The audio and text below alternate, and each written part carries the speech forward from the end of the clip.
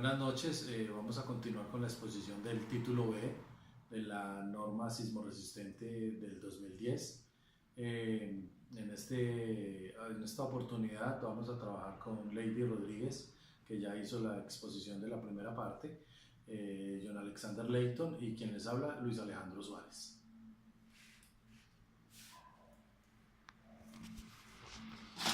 Como podemos haber escuchado a mi compañera Lady, vamos a empezar a hablar con el tema de las cargas muertas. Vamos a repasar un poquito el tema. Las cargas muertas deben ser contempladas para poder diseñar cualquier tipo de estructura. Tenemos que contemplar siempre los valores de cargas de los muros, de los rellenos de piso, de las ventanas, de las puertas, de los enchapes. Todos estos valores están en la norma sismoresistente, el título B nos los da. Nosotros podemos usarlos para poder diseñar y calcular cualquier tipo de estructura.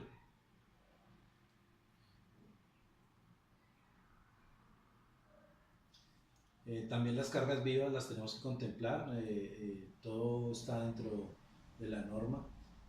Tenemos que contemplar los valores de las personas, de la gente, para cómo se vaya a usar la estructura, si es un hospital, si es una oficina, si es residencial. Todos estos valores de cargas vivas están en la norma sismoresistente, en el título B. Tenemos que tener en cuenta también los valores de emposamiento de agua. Hay que contemplarlos porque cada que llueve pues, pueden caer emposamientos y estos están contemplados dentro de las cargas vivas, igual las cargas de los granizos.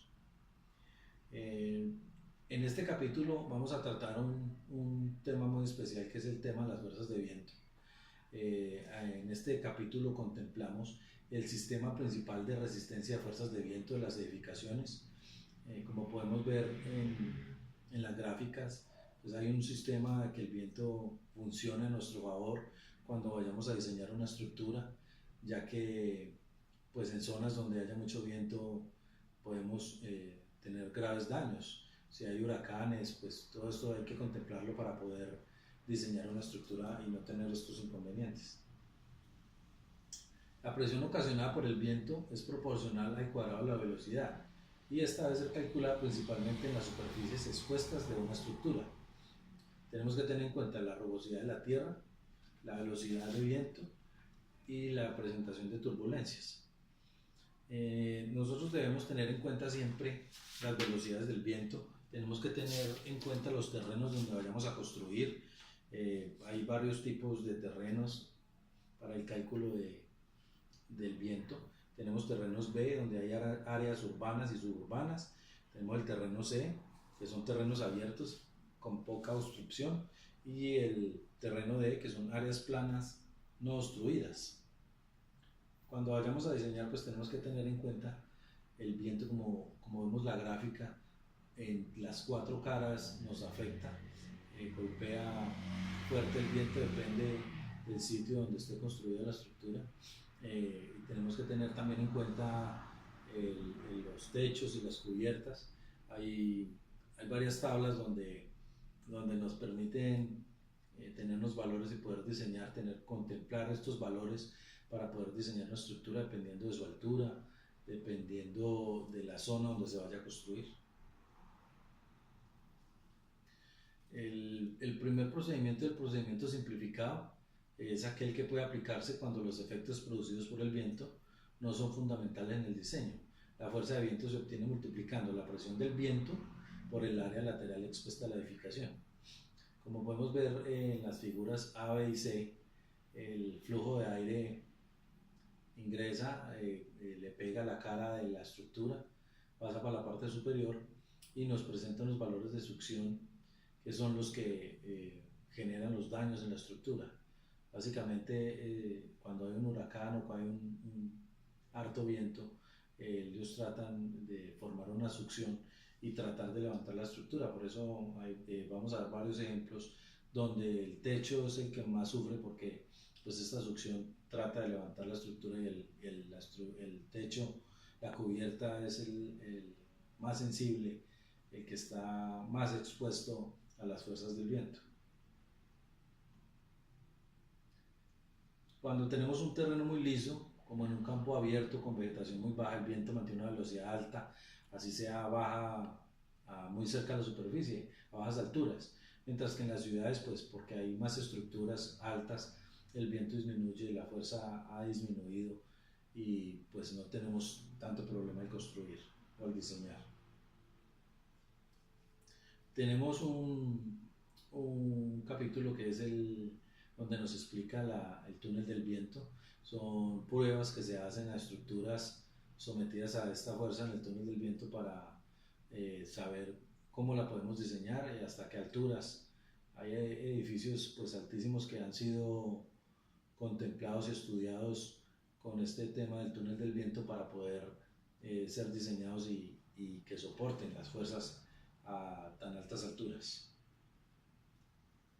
Como podemos ver en estos ejemplos de afectaciones, tenemos dos estructuras que fueron sometidas a fuerzas del viento. En la primera, a mano izquierda, vemos que la lata de zinc, la estructura fue levantada totalmente, y en la mano derecha, la estructura metálica se hundió, la fuerza del viento trató de levantar la estructura y pues por el movimiento brusco la estructura metálica cedió.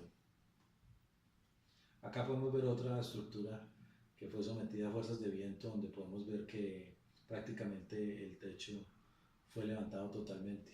La fuerza del viento siempre trata este tema, las cubiertas y los techos están contemplados. En el título B tenemos tablas desde la 652 hasta la 6513, donde 13 o 17, donde tenemos tablas donde nos explican, dependiendo del tipo de inclinación del techo, depende de si son domos, cómo se debe tener en cuenta la fuerza del viento. Vamos a analizar el método 2, que es el factor topográfico.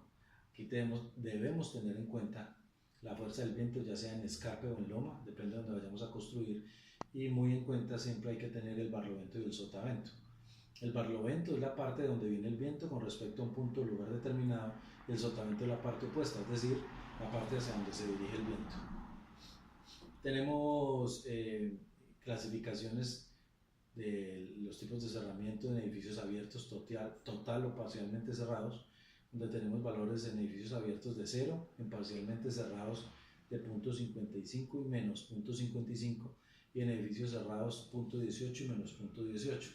Estos valores negativos y positivos son presiones y succiones que actúan sobre las fuerzas internas respectivamente. Aquí vemos pues varios tipos de estructuras donde tenemos coeficientes de presión externa en edificios total o parcialmente cerrados. Y en estas figuras el factor de intensidad por turbulencia y las fuerzas que el viento ejerce sobre elementos sobresalientes como nervaduras y cornisas, en fuerza del viento en elementos como edificios parcialmente cerrados. Los factores de ráfaga, de efecto de ráfaga, los tenemos que tener en cuenta en el SPRFV, que es el sistema principal de resistencia a fuerzas de viento. También calculamos el coeficiente de presión SPI, presiones internas, y coeficiente de presiones externas para muros y cubiertas. Aquí también vemos unas gráficas de presiones externas para muros de baja altura en edificios total o parcialmente cerrados. Aquí vemos con dirección transversal y dirección longitudinal. Ya mirando estos 8 ejemplos, debemos usar los 8 patrones que acabamos de mostrar, dependiendo de la fuerza donde pega el viento, a qué cara pega el viento. Y también tenemos que tenerlo en las cargas torsionales. Tenemos que tener en cuenta la presión en las zonas designadas, que serán 25% de la presión de viento totales de diseño.